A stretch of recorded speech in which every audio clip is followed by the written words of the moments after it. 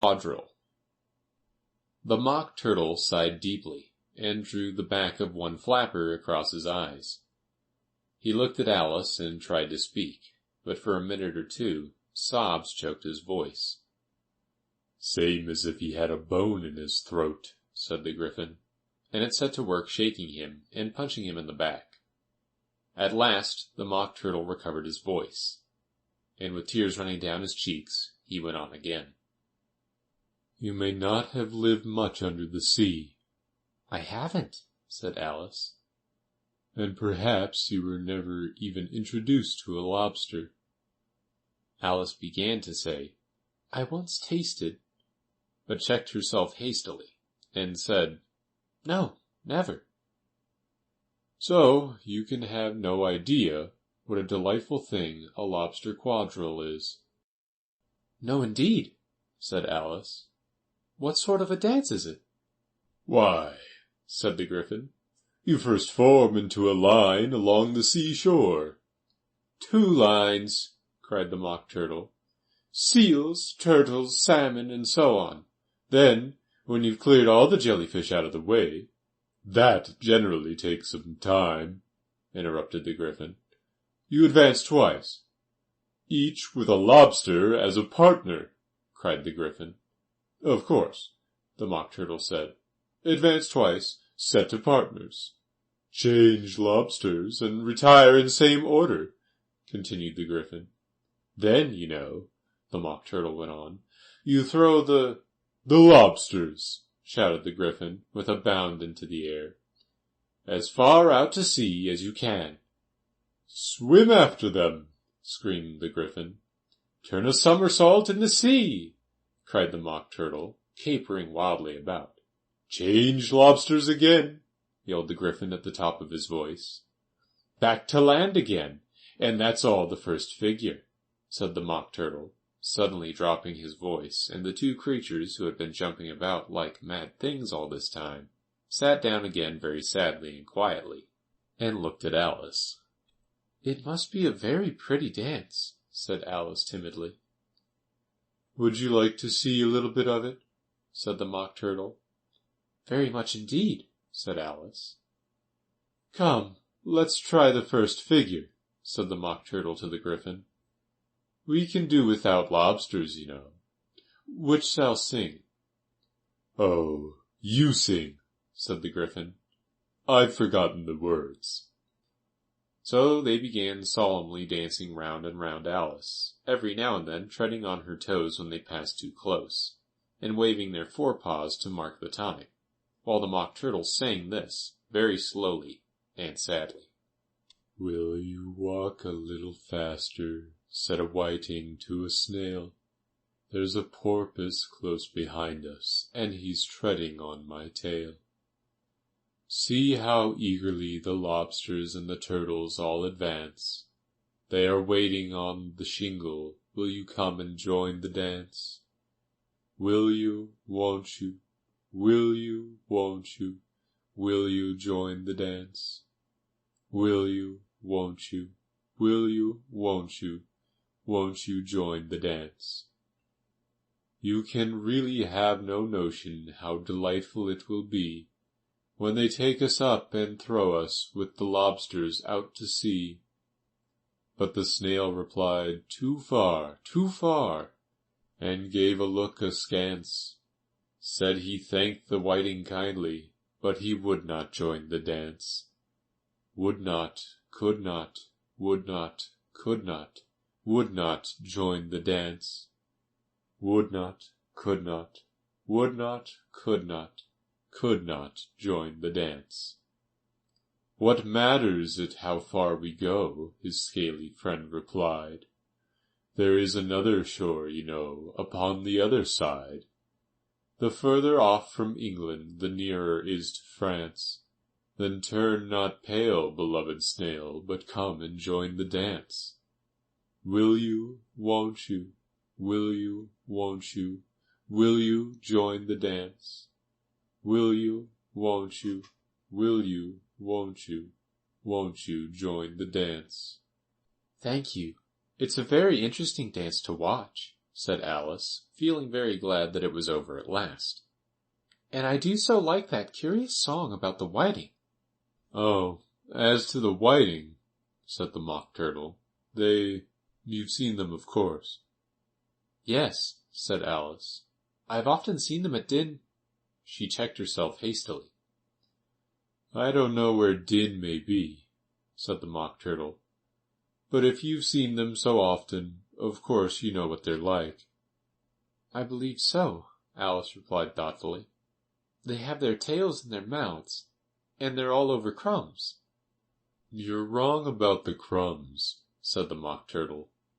"Crumbs would all wash off in the sea, but they have their tails in their mouths, and the reason is—" Here the Mock Turtle yawned and shut his eyes.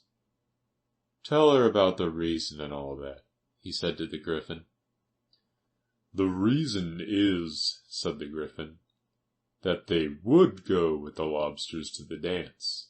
So they got thrown out to sea. So they had to fall a long way.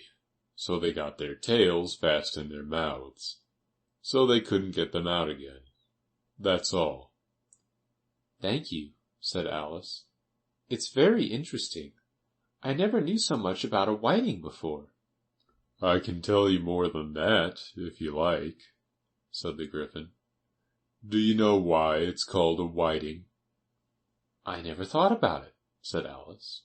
"Why?" "It does the boots and shoes," the Gryphon replied very solemnly. Alice was thoroughly puzzled. "Does the boots and shoes?" she repeated in a wondering tone. "Why, what are your shoes done with?" said the Gryphon. "I mean, what makes them so shiny?" Alice looked down at them, and considered a little before she gave her answer. "They're done with blacking, I believe."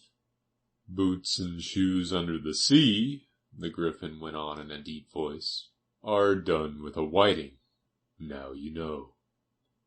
"And what are they made of?" Alice asked in a tone of great curiosity.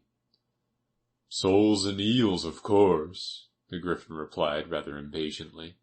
"Any shrimp could have told you that."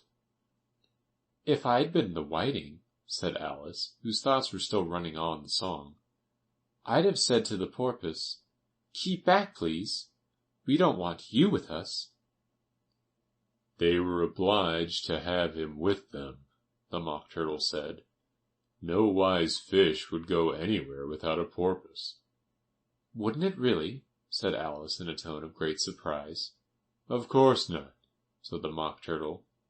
"Why, if a fish came to me, and told me he was going on a journey, I should say, 'With what porpoise?'" "Don't you mean purpose?" said Alice. "I mean what I say," the Mock Turtle replied in an offended tone, and the Gryphon added, "Come, let's hear some of your adventures." "I could tell you my adventures, beginning from this morning," said Alice a little timidly. "But it's no use going back to yesterday, because I was a different person then." "Explain all that," said the Mock Turtle. "No, no, the adventures first," said the Gryphon in an impatient tone. "Explanations take such a dreadful time."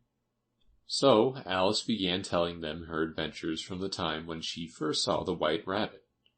She was a little nervous about it just at first. The two creatures got so close to her, one on each side, and opened their eyes and mouths so very wide, but she gained courage as she went on.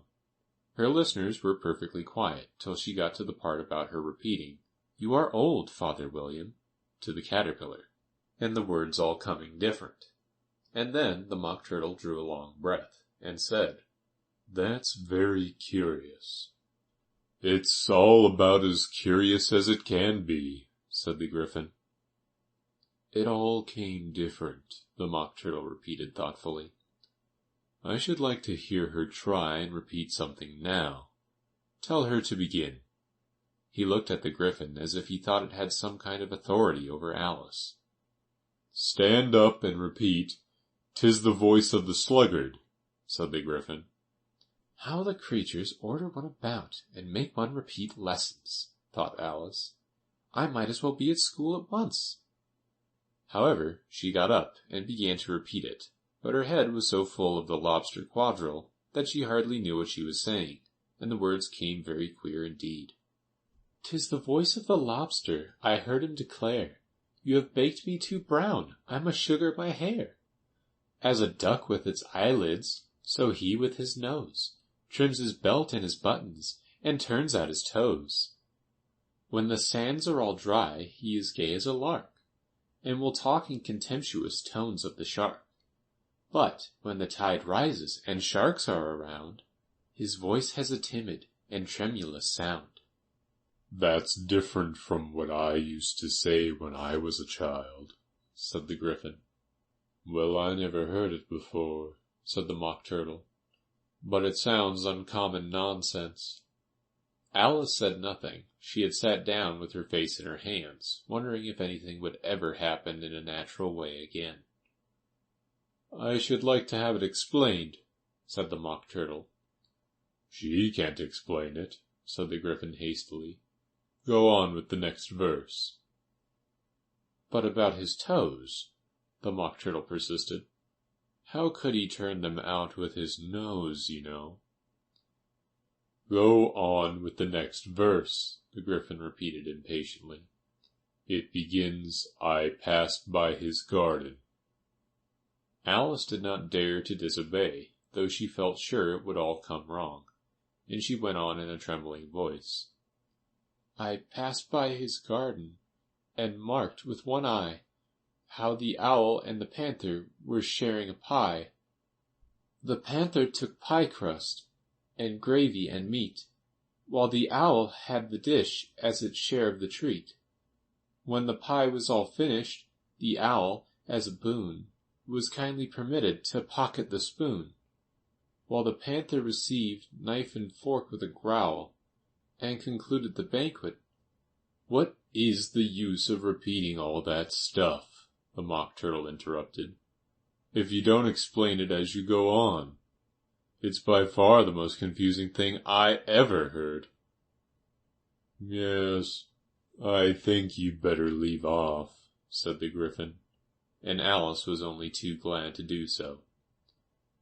"Shall we try another figure of the lobster quadrille?" the Gryphon went on. "Or would you like the Mock Turtle to sing you a song?" "Oh, a song, please, if the Mock Turtle would be so kind," Alice replied, so eagerly that the Gryphon said, in a rather offended tone, No accounting for tastes. Sing her turtle soup, will you, old fellow?" The Mock Turtle sighed deeply and began, in a voice sometimes choked with sobs, to sing this: "Beautiful soup, so rich and green, waiting in a hot tureen. Who for such dainties would not stoop? Soup of the evening, beautiful soup. Soup of the evening, beautiful soup. Beautiful soup, beautiful soup. Soup of the evening, beautiful, beautiful soup. Beautiful soup, who cares for fish, game, or any other dish? Who would not give all else for 2 pennyworth only of beautiful soup? Pennyworth only of beautiful soup. Beautiful soup, beautiful soup. Soup of the evening, beautiful, beautiful soup." "Chorus again!" cried the Gryphon, and the Mock Turtle had just begun to repeat it, when a cry of, "The trial's beginning!" was heard in the distance. "Come on!" cried the Gryphon, and taking Alice by the hand, it hurried off, without waiting for the end of the song. "What trial is it?" Alice panted as she ran, but the Gryphon only answered, "Come on!" and ran the faster, while more and more faintly came, carried on the breeze that followed them, the melancholy words, "Soup of the evening, beautiful, beautiful soup." End of chapter 10.